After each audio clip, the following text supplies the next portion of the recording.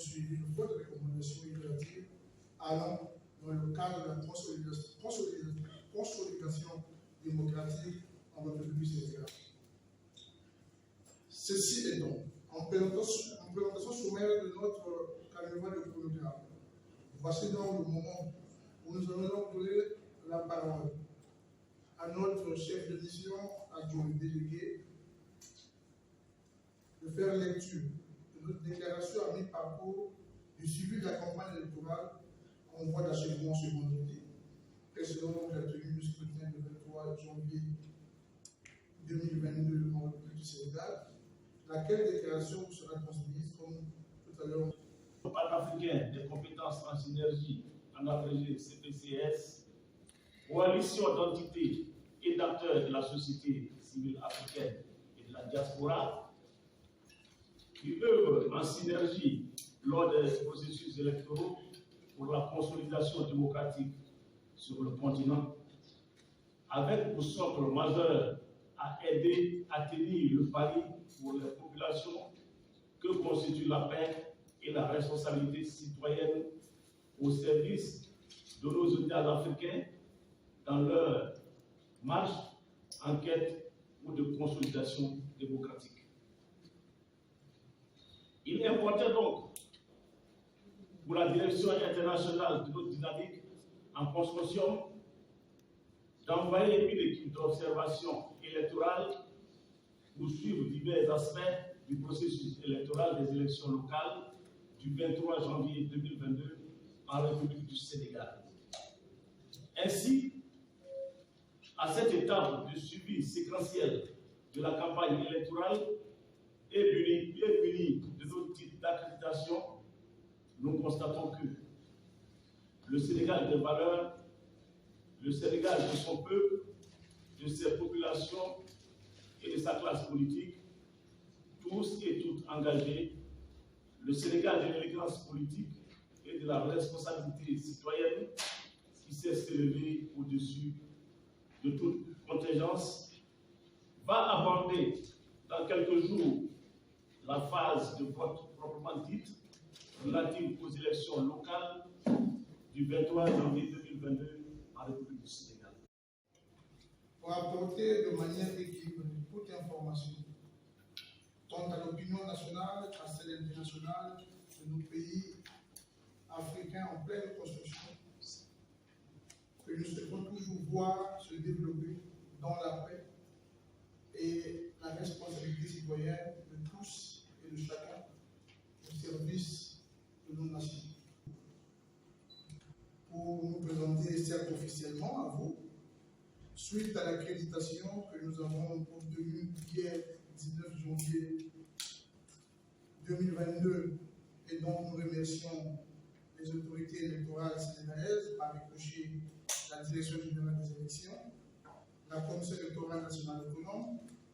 le ministère de l'Intérieur de la République du Sénégal et tous les services compétents en matière électorale. On aussi profiter pour féliciter également pour sa vitalité référentielle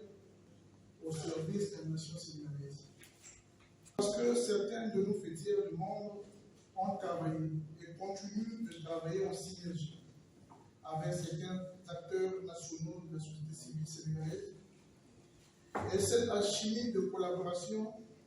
de déploiement concerté en temps opportun au plus de meilleur maillage du territoire national. Et notamment le regroupe d'informations et de données opérées comme par le passé se fera le 22 en République du Sénégal. Nous tenons enfin à remercier le peuple sénégalais tout entier pour l'accueil réservé à notre équipe et nous avons choisi notre quartier général de mission en banlieue, notamment à Rufisque. Ainsi minuit de notre type d'accréditation qui nous permet de faire officiellement notre mission voudrait vous situer de son chronogramme. Nous aurons ainsi, en divers temps précis, à nous prononcer ici, toujours à la maison, autant que cela va nous l'exiger, bien sûr respectueux des mesures barrières et règles en cette période de Covid. Dans un premier temps, nous irons donc aujourd'hui aujourd'hui, qui est notre première sortie, sur le point de presse. Et cela tout à l'heure conclué par une communication que nous appelons donc une déclaration d'appel et d'exhortation que nous avons fait tout à l'heure, que nous avons appelé donc déclaration numéro 1. Donc, dans un deuxième temps, après la tenue du scrutin, après le suivi effectif. Le CPCS tient à saluer les différents acteurs sénégalais qui, de façon plurielle et dans la diversité des opinions et des programmes déroulés en toute liberté d'expression, on montre dans l'ensemble leur engouement, pour ces élections locales du 23 janvier 2022.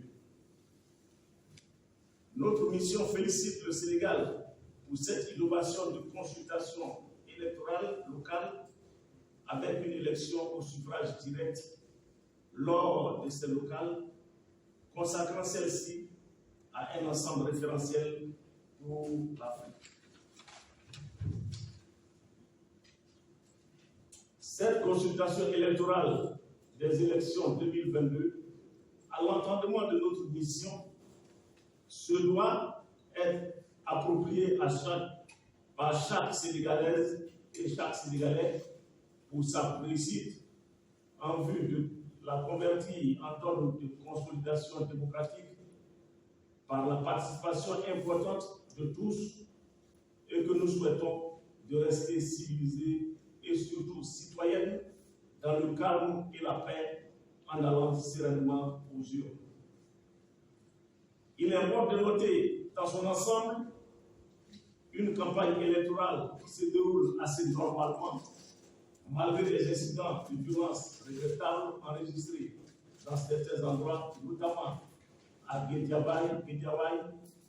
à la Médina, à Joal Fadjou, et certaines rapportées à notre mission concernant Ziguinchor. Notre mission invite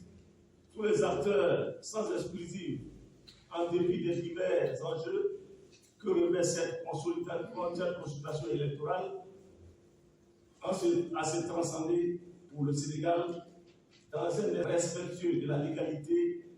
et des dispositions en vigueur conformes au code électoral. Tout ceci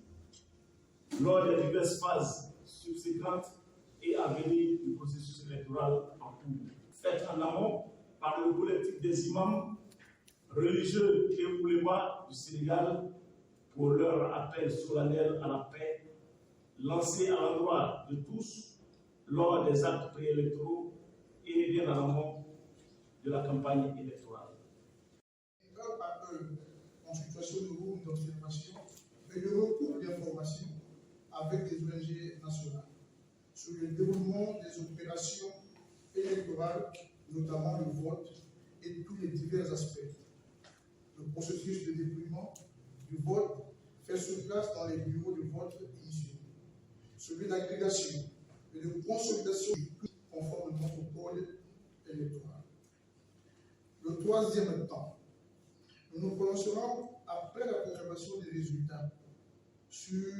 par les instances nationales sénégalaises habilitées selon les dispositions du code électoral dans ces diverses phases chronologiques. Chacune de nos interventions pouvant être suivies des recommandations éventuelles ou d'appel. Notre quatrième et dernière intervention, ce sera donc une conférence de presse qui donc, au cours de laquelle nous dresserons un rapport final qui reprendra bien des aspects très électoraux suivis grâce à notre service de monitoring qui a observé en amont bon nombre d'aspects sur lesquels nous nous prononcerons à cette étape de communication, tout comme sur les aspects d'observation relatifs au scrutin et tout aspect aux électoraux, afin de nous prononcer dans cette lucarne sur la sincérité et la transparence ou pas du processus électoral de ces élections locales du 23 janvier 2022.